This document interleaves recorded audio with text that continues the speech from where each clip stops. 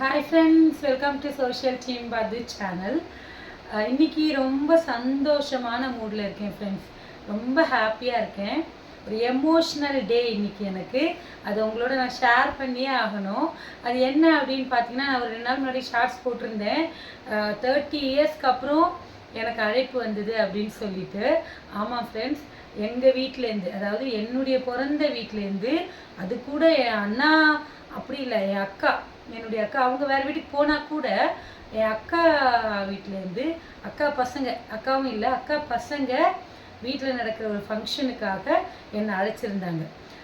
அக்கா இருக்கும்போது அவங்களுடைய பையன் கல்யாணத்துக்கு என்னை கூப்பிட்டாங்க. அது ஆயிடுத்து கிட்டத்தட்ட ஒரு 15 வருஷத்துக்கு, அது 10-15 வருஷம்.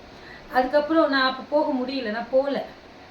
அதுக்கப்புறம் என்னுடைய பிறந்த வீடு சார்ந்த முதல் அழைப்பு எனக்கு வந்தது. அதுவும் அக்கா இல்லை, மாமா இல்லை, அத்திம்பேர் இல்லை. அப்படி இருக்கிற அந்த காலகட்டத்தில் இப்போது பசங்க என்னை மறக்காமல் அம்மா இருந்தால் எனக்கு என்ன செய்வாங்களோ, அதாவது எங்கள் அக்கா இருந்தால் என்னை எப்படி அழைப்பாங்களோ அதே மாதிரி பசங்க. அக்கா கூட என்னை நான் போயிருந்தப்போ என்னை அழைச்சாங்க. ஆனால் பசங்க நான் இருந்த இடம் தேடி சித்தி, ரொம்ப வருஷம் கழித்து என்னை அவங்க சித்தின்னு கூப்பிட்ட அந்த மூமெண்ட் இருக்குது பாருங்கள். அது ரொம்ப சந்தோஷமாக இருந்தது. அப்புறம் ஒரு 2 வருஷம், 1.5-2 வருஷம் இருக்கும். அக்கா போயிட்டாங்க. அவங்கள பார்க்க போனதோட சரி. அதுக்கப்புறம் நாங்கள் கான்டாக்டே இல்லை, போகவே இல்லை. திடீர்னு ஒரு நாள் எனக்கு அழைப்பு, நான் அங்கே வரோம், உங்களை பார்க்கணும் அப்படின்னு சொல்லிட்டு. என்ன அப்படின்னு பார்த்தீங்கன்னா, அக்கா பசங்க வந்திருந்தாங்க. அவங்க என்ன பண்ணாங்க அப்படின்னு பார்த்தீங்கன்னா, என் அக்கா இருந்தால் என்ன செய்வாங்களோ அதை பண்ணாங்க. இது பார்த்தீங்களா, பத்திரிக்கை ஃபஸ்ட்டு நான் நைட்டில் எடுக்கிறேன். இந்த பத்திரிக்கையில் நேம் போட்டு, அதுவும் என்னை என்னையும் அவரையும் அழைச்சி நேம் போட்டு பத்திரிக்கை. அது மட்டும் இல்லாமல் பார்த்தீங்களா, ரொம்ப என்ன கலர் இங்கே எங்களை வீட்டில் ஃபேவரட் தெரிஞ்சு அந்த கலரில் ஒரு புடவை, அதுக்கப்புறம் ஒரு வேஷ்டி, அதுக்கப்புறம் ப்ளவுஸ் பிட்டு, அதுக்கப்புறம் வெத்தலை, பாக்கு, பழம் இதெல்லாம் வச்சு அந்த குழந்தைகள் என்னை கூப்பிட்டுது. நான் அதே எனக்கு போட்டிருந்தேன் ஷார்ட்ஸில். இன்றைக்கி தான் அந்த ஃபங்க்ஷன் போயிருந்தேன். வாழ்க்கையில் என் கல்யாணத்துக்கு அப்புறம் என்னோட மொத்த உறவுகளையும், அதாவது என் கூட பிறந்த அக்கா இல்லாமல் கூட பிறந்த அத்தனை பேரையும் நான் இன்னைக்கு பார்த்தேன். நான் அக்கா இறந்தப்போ கூட என் கூட பிறந்த அத்தனை பொறுப்புகளையும் என்னால் அட் எ டைம் அங்கே பார்க்க முடியல. ஆனால் இன்னைக்கு அக்கா பசங்க என்னை கூப்பிட்டு அந்த ஃபங்க்ஷனுக்கு நான் போனப்போ அத்தனை உறவுகளையும் பார்த்தேன். என் உடன் பிறந்த பிறப்பு அக்கா மேலேருந்து பார்த்துட்டே இருந்திருப்பாங்க, என்னை ப்ளஸ் பண்ணியிருப்பாங்க.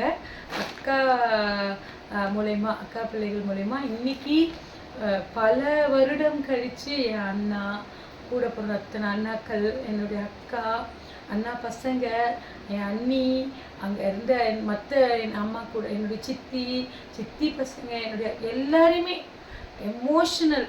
ஒரு கிட்டத்தட்ட ஒரு 2 hours நான் நானாகவே இல்லை.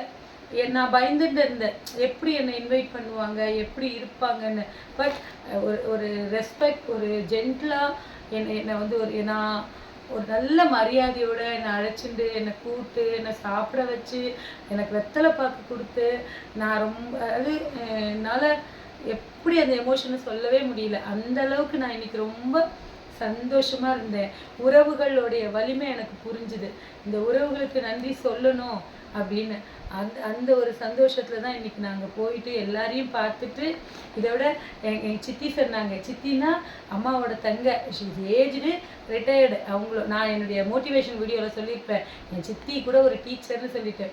அவங்க சொன்னாங்க, நான் சோஷியல் டீம் பது சேனலோட சப்ஸ்கிரைபர், நான் கண்டினியூஸாக உன்னுடைய ஷார்ட்ஸ் எல்லாத்தையும் பார்ப்பேன்னு சொல்லிட்டேன். ரொம்ப சந்தோஷமாக இருந்தது.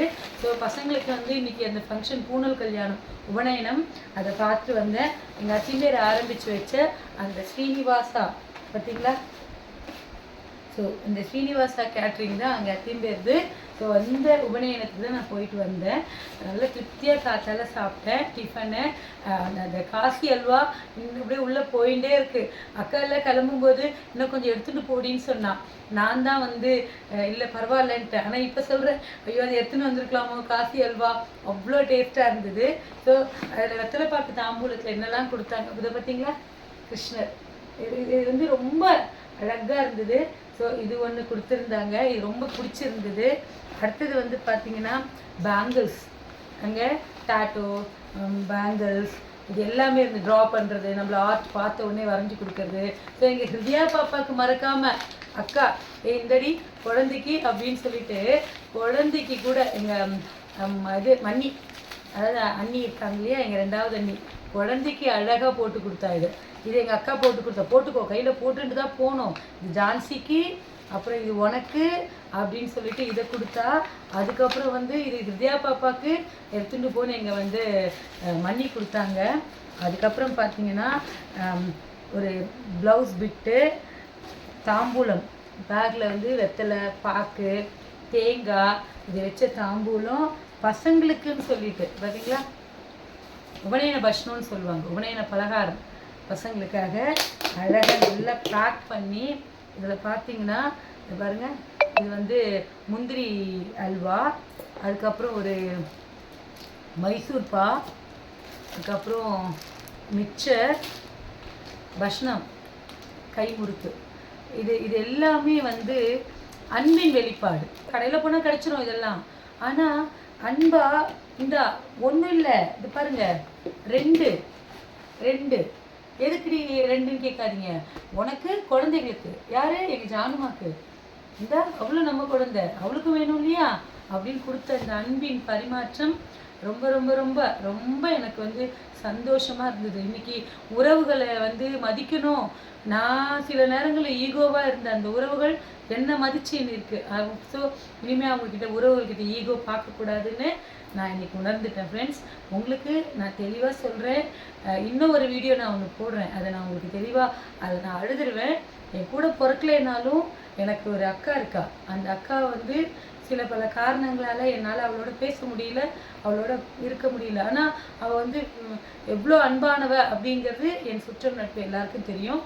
அந்த அக்கா யார், ஏன் அவளோட வந்து எனக்கு பேச்சு இல்லை, இப்போ எப்போ நாங்கள் பேசுவோம் அதையும் நான் சொல்கிறேன். நானாக தான் போய் பேச போகிறேன் ஒரு நாள்.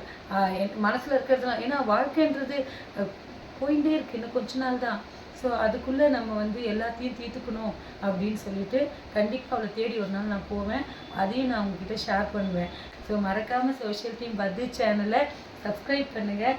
என்னுடைய சந்தோஷத்தை உங்களோட பகிர்ந்துட்டு நீங்களும் என்னை ப்ளஸ் பண்ணுங்கள். Bye friends.